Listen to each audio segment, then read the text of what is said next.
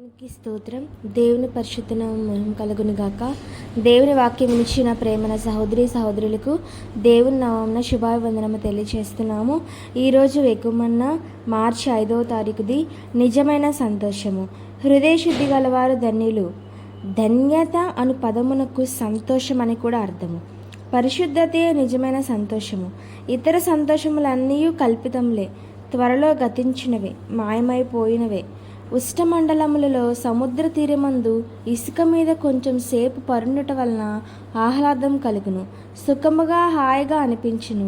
నీవు ఇసుక మీద పరుండి లేచి సముద్ర తీరం నుండి వచ్చిన తర్వాత స్నానం చేసి శుభ్రమైన చక్కని తాజా వస్త్రం ధరించుకొని ఒక మెత్తని పరుపుపై పరుండగా ఆ పడకపై రవ్వంత ఇసుక ఉండినా అది నీకు విసుగు పుట్టించును.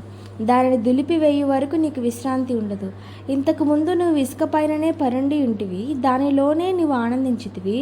అయితే ఇప్పుడు కేవలం చిటికెడు ఇసుక మాత్రమే నీ పడక మీద ఉండగా దాన్ని నువ్వు ఎందుకు ఆనందంతో అనుభవించలేకపోవచ్చున్నావు అని ఎవరైనా అడిగినచో, బాగుంది కదా, ఇప్పుడు నేను స్నానం చేసి శుభ్రమైన వస్త్రం ధరించి ఉన్నాను, కొన్ని ఇసుక రేణువులైనను ఈ మెత్తని పరుపు మీద ఉన్నచో అవి నాకు నిజంగా చాలా విసుగు కలిగించును అని నీవు జవాబు చెప్పెదువు.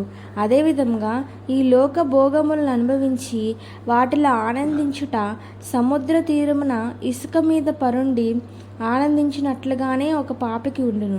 అయితే క్రీస్తు రక్తంలో కడుగబడి క్రీస్తు యొక్క స్వభావం ధరించిన వానికి చిన్న చిన్న పాపములైనప్పటికీ గత జీవితమందల పాపభోగములు అతనికి విసుగు కలిగించినవిగాను అవాంఛనీయమైనవిగాను గోచరమగును.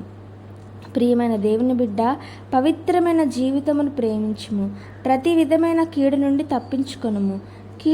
కీడుగా కనబడు ప్రతిదాన్ని నీవు విసర్జించుము. అప్పుడు నిశ్చయముగా నీ ఒక సంతోషకరమైన వాడువుగా ఉండుదువు.